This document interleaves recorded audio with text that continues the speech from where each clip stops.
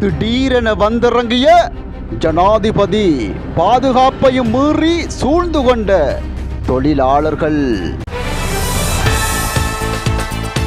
துபாயில் மறைத்து வைக்கப்பட்டுள்ள ராஜபக்சகளின் பணம், வெளிவரும் சர்ச்சைகள்.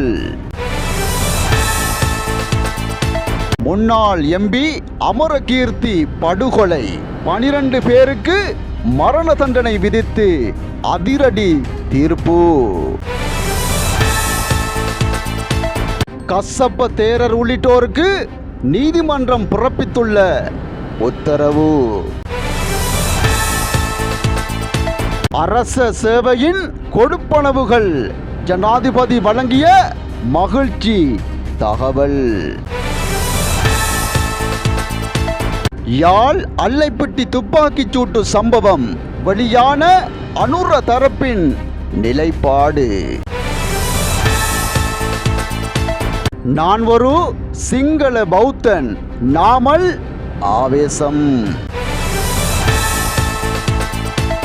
அனுராதபுரத்தில் வேட்டையின் பயங்கர சம்பவங்கள் அம்பலம்.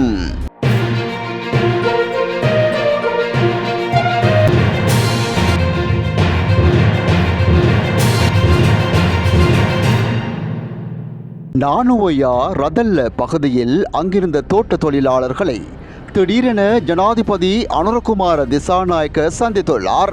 குறித்த சம்பவம் இன்று காலை பதிவாகியுள்ளது. ஜனாதிபதி திடீரென அவ்விடத்துக்கு வந்ததை அவதானித்த அப்பகுதி தொழிலாளர்கள் அவருக்கு உற்சாகமான வரவேற்பை வழங்கியுள்ளதாக தெரிய வந்துள்ளது.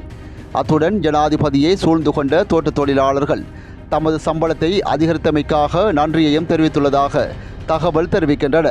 இதன்போது தோட்ட தொழிலாளர்கள் கூறுகையில், எங்களை பார்ப்பதற்கு வந்த ஒரே ஒரு ஜனாதிபதி நீங்கள்தான். எமது சம்பளத்தை அதிகரித்தது மட்டுமல்லாமல் எமது பிரச்சனைகளை நேரில் வந்து கேட்டறிந்த ஒரே ஜனாதிபதியும் நீங்கள்தான் எனவும் கூறியுள்ளனர். முன்னாள் நாடாளுமன்ற உறுப்பினர் அமரகீர்த்தி அத்துக்கோரல கொலை செய்யப்பட்ட சம்பவம் தொடர்பான வழக்கில் குற்றவாளிகளாக இனங்காணப்பட்ட 12 பேருக்கு மரண தண்டனை விதித்து தீர்ப்பளிக்கப்பட்டுள்ளது. கம்பஹா மேல் நீதிமன்றத்தின் 3 அடங்கிய நீதிபதிகள் ஆயம் இந்த தீர்ப்பை அளித்துள்ளது. அத்துடன் 4 பேருக்கு 5 வருடம் ஒத்திவைக்கப்பட்ட 6 மாத கால சிறை தண்டனை விதிக்கப்பட்டுள்ளது. இந்த வழக்கில் 41 பேருக்கு எதிராக சட்டமா அதிபரால் வழக்கு தாக்கல் செய்யப்பட்டிருந்தது. கடந்த 2022ஆம் ஆண்டு மே மாதம் 9ஆம் திகதி நாட்டில் ஏற்பட்ட அரசாங்கத்துக்கு எதிரான போராட்டங்களின் போது நிட்டம்புவ நகரில் வைத்து அமரகீர்த்தி அத்துக்கோரல மற்றும் அவரது பாதுகாப்பு உத்தியோகத்தர் ஆகியோர் நிட்டம்புவ ஊடாக சென்று கொண்டிருந்த போது ஆவேசம் அடைந்த கும்பலால் தாக்குதலுக்கு உள்ளாகியிருந்தமையும் குறிப்பிடத்தக்கது. உகண்டாவில் மாத்திரமல்ல, ராஜபக்சர்கள் துபாயிலும் பணத்தை பதுக்கி வைத்திருப்பதாக சுகாதார அமைச்சர் நலிந்த ஜேதிச தெரிவித்துள்ளார்.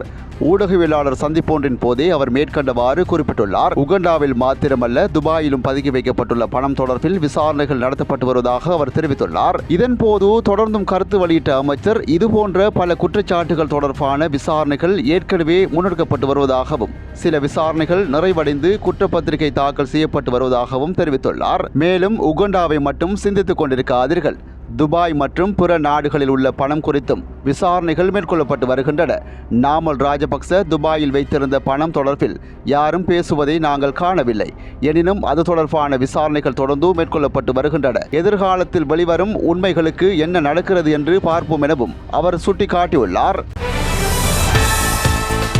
அரச சேவையின் கொடுப்பனவுகள் தொடர்பில் சிக்கல்கள் நிலவுவதால் அது குறித்து மீளாய்வு மேற்கொள்ளப்பட்டு வருவதாகவும் அந்த பிரச்சினைகளை தீர்ப்பதற்கு குறுகிய காலம் அவகாசம் வழங்குமாறும் ஜனாதிபதி அனுரகுமார திசாநாயக்க அரச ஊழியர்களிடம் கோரிக்கை விடுத்துள்ளார். அத்துடன் எதிர்வரும் 2027ஆம் ஆண்டில் 3வது சம்பள உயர்வு வழங்கப்பட உள்ளதால் அதன் பின்னர் அரச சேவையின் ஏனைய கொடுப்பனவுகளையும் வழங்குவது தொடர்பில் கவனம் செலுத்தப்படும் என்றும் அவர் தெரிவித்துள்ளார். முழு நாடுமே ஒன்றாக தேசிய வேலை திட்டத்தின் கீழ் நுவரெலியாவில் இடம்பெற்ற நிகழ்ச்சியில் உரையாற்றும் போதே ஜனாதிபதி இவ்வாறு குறிப்பிட்டுள்ளார். அரச ஊழியர்களுக்கு திருப்திகரமான வாழ்க்கையை பெற்றுக் கொடுக்க தேவையான அனைத்து நடவடிக்கைகளையும் முன்னெடுத்து வருவதாகவும் அவர் குறிப்பிட்டுள்ளார். அதேவேளை டிட்பா அனர்த்தத்தினால் நாட்டுக்கு ஏற்பட்ட பாதிப்பிலிருந்து மீள்வதற்காக திரைசேரியிலிருந்து 50,000 கோடி ரூபாய் நிதி ஒதுக்கப்பட்டுள்ளதாகவும் தெரிவித்துள்ளார். அதற்காக எவ்வித பணமும் கடனாக பெறவில்லை என்றும் எவ்வித பணமும் அச்சிடப்படவில்லை என்றும் ஜனாதிபதி சுட்டிக்காட்டினார்.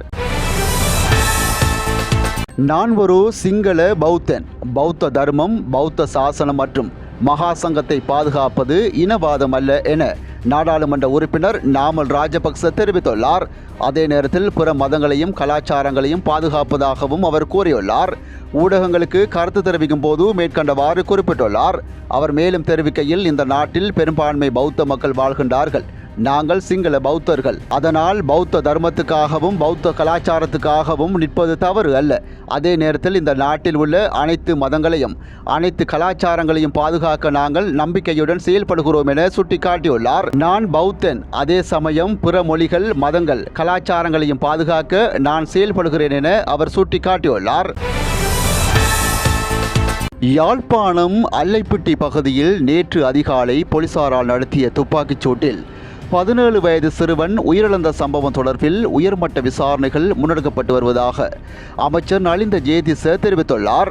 கொழும்பில் நேற்று நடைபெற்ற அமைச்சரவை முடிவுகளை அறிவிக்கும் ஊடகவியலாளர் சந்திப்பின் போது எழுப்பப்பட்ட கேள்விக்கு பதிலளிக்கும் போதே அவர் இதனை தெரிவித்துள்ளார். போலீசாரின் கட்டளையை மீறிச் சென்றமைக்காக 17 வயது சிறுவன் சுட்டுக் கொல்லப்பட்ட சம்பவம் பெரும் சோகத்தையும் பரபரப்பையும் ஏற்படுத்தியுள்ளமை குறிப்பிடத்தக்கது. திருகோணமலை பகுதியில் புத்தர் சிலை வைக்கப்பட்டமை தொடர்பான சம்பவத்தின் அடிப்படையில் கைது செய்யப்பட்ட பலாங்கொட கசப்ப தேரர் உள்ளிட்ட 4 பிக்குகள் மற்றும் மேலும் 5 சந்தேக நபர்களையும் பிணையில் செல்ல நீதிமன்றம் அனுமதி வழங்கியுள்ளது. சந்தேக நபர்கள் திருகோணமலை மேல் நீதிமன்றில் இன்று முன்னிலைப்படுத்தப்பட்ட போதே இந்த பிணை உத்தரவு வழங்கப்பட்டுள்ளது. இந்த சம்பவம் தொடர்பில் திருகோணமலை கோட்டை வீதியில் உள்ள ஸ்ரீ சம்புத்த ஜெயந்தி போதிராஜ விகாரையின் விகாராதிபதி திருகோணமலை கல்யாண வம்ச திஸ்ஸ தேரர், பலாங்கொட கசப்ப தேரர், திருகோணமலை சுகித வம்ச திஸ்ஸ தேரர் மற்றும் நந்த தேரர் ஆகியோர் நீதிமன்றில் முன்னிலைப்படுத்தப்பட்டமை குறிப்பிடத்தக்கது. அனுராதபுரத்தில் உள்ள திறப்பனை வனவிலங்கு சரணாலயத்தின் எல்லைக்கு வெளியே உள்ள ஒரு பகுதியில் வைக்கப்பட்டிருந்த ஏராளமான வேட்டை உபகரணங்கள் மற்றும் பாரிய வெடிமருந்துகள் திறப்பனை வனவிலங்கு அதிகாரிகளால் மீட்கப்பட்டுள்ளது. சமீபத்திய வரலாற்றில் ஒரே நாளில் கைப்பற்றப்பட்ட மிகப்பெரிய வேட்டை உபகரணங்கள் இதுவாகும் என தெரிவிக்கப்படுகிறது. வனவிலங்கு அதிகாரிகளுக்கு கிடைத்த இரகசிய தகவலின் அடிப்படையில் அதிகாலை திறப்பனை உட்டுமடுவில் உள்ள பல்லாங்குளம் குளத்தை சுற்றியுள்ள பகுதியில் இந்த சோதனை நடத்தப்பட்டது. காட்டு விலங்குகளை வேட்டையாடுவதற்காக சூட்சமாக வைக்கப்பட்டிருந்த 21 வேட்டை உபகரணங்கள் மற்றும் 120 வெடிமருந்துகள் பறிமுதல் செய்யப்பட்டுள்ளமையும் குறிப்பிடத்தக்கது.